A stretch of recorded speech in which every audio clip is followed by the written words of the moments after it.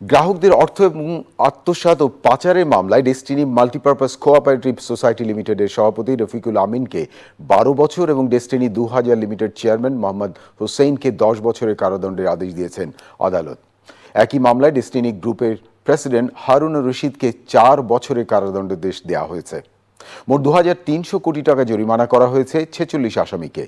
ঢাকা ৪ নম্বর বিশেষ জজ আদালত এই রায় দিয়েছেন। দেখুন পরাগ আজিমের রিপোর্টটি। ডেস্টিনি মাল্টিপারপাস কোঅপারেটিভ সোসাইটি বিনিয়োগকারীদের কাছ থেকে ১৯০১ কোটি টাকা সংগ্রহ করে, যার মধ্যে ১৮৬১ কোটি টাকা আত্মসাৎ করা হয় বলে দুদকের অনুসন্ধানে উঠে আসে। এই অভিযোগে ডেস্টিনি মাল্টিপারপাস কোঅপারেটিভ সোসাইটির সভাপতি রফিকুল আমিন সহ ৪৬ জনের বিরুদ্ধে ২০১২ সালে দায়ের করা মামলায় বিশেষ জজ আদালতে চার্জ গঠন করা হয় ২০১৬ সালের ২৪শে অগাস্ট। মামলায় চার্জশিটভুক্ত ৩০৩ সাক্ষীর মধ্যে সাক্ষ্য দিয়েছেন ২০২ জন। রায়ের জন্য নির্ধারিত দিনে কারাগারে আটক আসামি রফিকুল আমিন ও মোহাম্মদ হোসেনকে আদালতে হাজির করা হয়।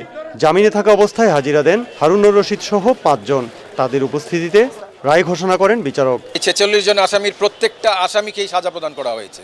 তার মধ্যে রফিকুল আমিনকে ১২ বছরের সাজা এবং ২০০ কোটি টাকা ফাইন করা হয়েছে। হারুনুর রশিদ সাহেবকে তিনি মুক্তিযোদ্ধা এবং বীর প্রতীক ছিলেন বিধায় তাকে সর্বনিম্ন সাজা দেওয়া হয়েছে, ৪ বছরের সাজা দেওয়া হয়েছে এবং ৩.৫ কোটি টাকা তার ফাইন করা হয়েছে। এবং যিনি সভাপতি ছিলেন মোহাম্মদ হোসেন, তাকে ১০ বছরের সাজা দেওয়া হয়েছে এবং ১.৫ কোটি টাকা ফাইন করা হয়েছে। এছাড়াও প্রত্যেকটি আসামি যারা আছে তাদের প্রত্যেককেই সংশ্লিষ্ট নির্ধারিতভাবে সাজা প্রদান করা হয়েছে এবং টাকার পরিমাণ দেওয়া হয়েছে। ২৩০০ কোটি টাকা ফাইন করা হয়েছে এবং এটি একটি যুগান্তকারী রায় প্রদান করা হয়েছে। আমি বলবো এই জন্যে যে এই মামলার সাথে যারা সম্পৃক্ত, যে সমস্ত ভোক্তা যারা আছে, সেই সমস্ত বিনিয়োগকারীদেরকে তারা যেন ঠিকমতো বুঝিয়ে দেন। রায়ের বিরুদ্ধে উচ্চ আদালতে যাওয়ার সিদ্ধান্ত নিয়েছে আসামি পক্ষ।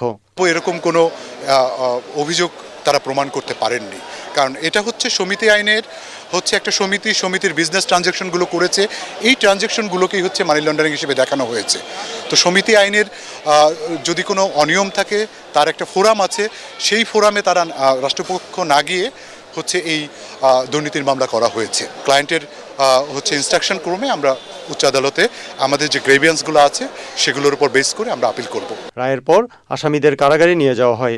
সে সময় প্রতারণার শিকার গ্রাহকরা টাকা ফেরত পাওয়ার দাবিতে আদালত চত্বরে বিক্ষোভ করেন। শুধু জরিমানাই নয়, ডেস্টিনির ক্রয় করা সম্পত্তি ও জব্দকৃত অর্থ থেকে ক্ষতিগ্রস্ত গ্রাহকদের বণ্টন করে দিতে বলেছেন আদালত। এই জন্য ৬ সদস্যের একটি কমিটিও গঠন করতে বলা হয়েছে, যার প্রধান হবেন সুপ্রিম কোর্টের একজন অবসরপ্রাপ্ত বিচারপতি। পরাগ আজিম, চ্যানেল আই, ঢাকা।